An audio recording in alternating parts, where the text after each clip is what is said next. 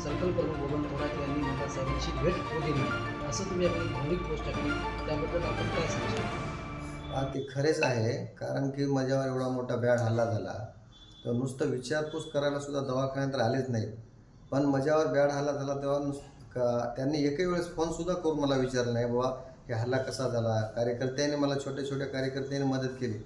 आता बबन थोरात साहेब एकही वेळेस मला ह्या जिल्ह्याचे संपर्क प्रमुख असून एकही वेळेस भेट द्यायला आले नाही. ती माझ्या पोटामध्ये खंत होती.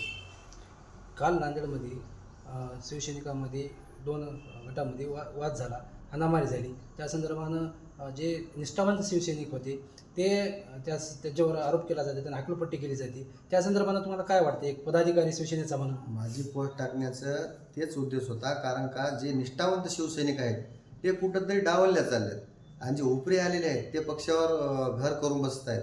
कारण का हे बबन थोरात साहेब जे आहेत आमचे संपर्क प्रमुख, मी त्यांच्यावर एवढा मोठा नाही की त्यांच्यावर हे आरोप लावू शकतो. मात्र माझ्या मनातली खंत जी आहे तो 100% मॅनेज आहे. कारण का माझ्या वेळेस हल्ला झाला तेव्हा तो मला मिटून घेण्यासाठी सुद्धा प्रोत्साहन म्हणजे दबाव आणत होता जिल्हा प्रमुखामार्फत. त्या जिल्हा प्रमुखाचं नाव घेणार नाही, आता तो पक्षात नाही आपल्या.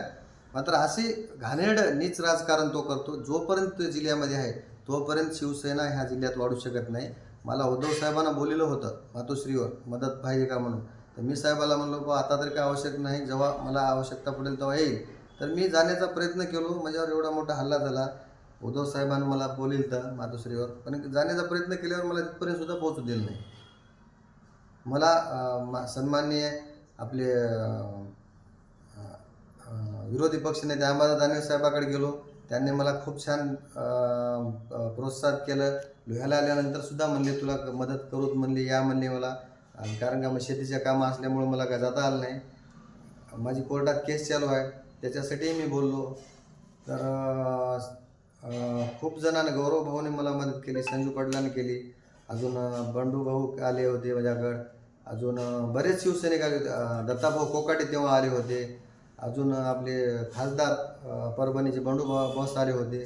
खूप जणांनी मदत केली. मात्र संपर्क प्रमुखाने मला 1 रुपयाची सुद्धा मदत केली नाही, काय बोलायला सुद्धा आलं नाही मला. स्वतः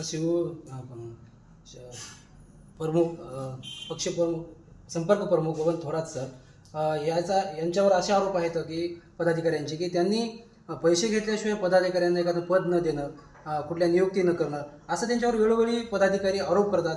हे तुम्ही एक शिवसैनिक हा, तुम्हाला याच्यातून काही अनुभव आलेला आहे का? तसा तर काय मला अनुभव आला नाही, कारण का मी पद मागाय त्याच्याकडे गेलंच नाही कधी. मी शिवसेनेचा शाखा प्रमुख नंतर उपतालुका प्रमुख झालो, तर मला स्थानिकच्याच नेत्यांनी पद दिले. मला काय त्या पैशाच्या व्यवहारामध्ये काय मी पडत नाही, मला काय माहीत नाही त्याच्याबद्दल. कारण का मला तालुका प्रमुखांनी, मला शिवसेनेचे तालुका प्रमुख संजय ढाले यांनी मला उपतालुका प्रमुख केलं.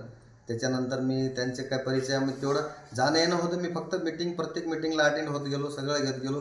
त्यांना मार्केट कमिटीच्या आमच्या याच्यावेळेसुद्धा त्यांनी माझा पत्ता कट केला. मार्केट कमिटीचं मी तिकीट मागितलं होतं त्यांना माझ्या आईच्या नावानं. तर तेव्हा त्यांची बोलीभाषा पैसे असे ते बोलू लागले मला त्या विषयावर. पण मला समज आलं नाही असं पैशाचे काय विषय काढायचे. मी म्हणलो खर्च करायचं तेव्हा करूच ना आपण इलेक्शनला, पण आता पैशाची काय गरज आहे. तर मला त्यांनी बाळू कराडे तेव्हा आमचे उपजिल्हा प्रमुख होते, त्यांना सुद्धा कानावर घातलो आणि त्याने फोन बंद करून तेव्हा सुद्धा माझं तिकीट कापलं. एक प्रश्न, या ठिकाणी तुमचे जे सहकारी होते, ज्यांनी तुम्हाला तुमच्या संकटामध्ये तुम्हाला मदत केली, धावून आले, त्याच तुमच्या पदाधिकाऱ्यांचे आज शिवसैनिकांना हकालपट्टी केली असं म्हणतात. त्या तुम्ही आता या शिवसेनेमध्ये तुम्हाला थांबावं वाटेल असं वाटते, किंवा काम करावं असं वाटतं का आता या शिवसेनेमध्ये तुम्हाला? नाही, मी मरेपर्यंत शिवसेना उद्धव बाळासाहेब ठाकरे पक्षामध्येच राहील आणि त्याही अन्याय झालेल्या कार्यकर्त्यांना मी सोबत घेण्याचा प्रयत्न करेल. आणि मी उद्धव साहेबापर्यंत जाईल हे घराने घेऊन, बाबा असे हकालपट्टी करण्यामागे हेतू काय आहे. सामान्य शिवसैनिकाची हकालपट्टी करण्याचा तुम्हाला अधिकार काय आहे. त्यांनी काय पदासाठी हकालपट्टी, त्यांनी म्हणजे पद तर नव्हतंच ना, त्यांना पद तर अगोदर डिक्लेअर झालं, दुसऱ्याला शहर प्रमुख केलं होतं. तर याचा विषय नव्हता ना, फक्त ते काय छोटा वाद झाला म्हणून तुम्ही हकालपट्ट्या करता म्हणानच. खंत कुठं त्यानं करतील सांगा बरं. तुम्ही हे जिल्ह्याचे संपर्क प्रमुख असल्यामुळे तुम्हाला खंत व्यक्त करणं तुमच्याजवळ येऊन, म्हणजे हे का तुम्ही पक्षविरोधी कारवाई आहे का. हे कुठंतरी लाजिरवाणी गोष्ट आहे पक्षासाठी. नवतरुण शिवसैनिकांना आपलं काय आव्हान असेल पुढं काम करण्यासाठी? मी नवतरुण शिवसैनिकाला वरल्या कोण्याही नेत्याची न आवश्यकता असता तुम्ही जमिनीवर उतरून काम करा. तुम्हाला संपर्क प्रमुखाची गरज पडणार नाही ना जिल्हा प्रमुखाची गरज पडणार नाही.